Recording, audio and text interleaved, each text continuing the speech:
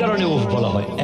একটা উফ বলা হয়, ধরেন আপনি নিজের অজান্তে কাটা ফুটলেন, কোথাও হুচট খেলেন, কোথাও বাড়ি খেলেন, খুব খেয়াল করবে, কথাটা বুঝতে হবে। এই উফ উফ এটা আমরা নিজের অজান্তে বলি, কেউ ইচ্ছে করে উফ বলে না, ব্যথা পেলেই অটোমেটিক উফ বের হয়ে যায়।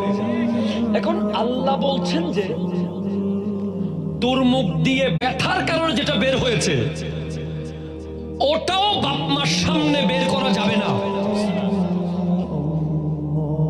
তুই রেগে মেগে চোখ লাল করে, তুমি কি জানো, তুমি কি বুঝো, তুমি কি বুঝো এই যুগে, তুমি বুঝবা?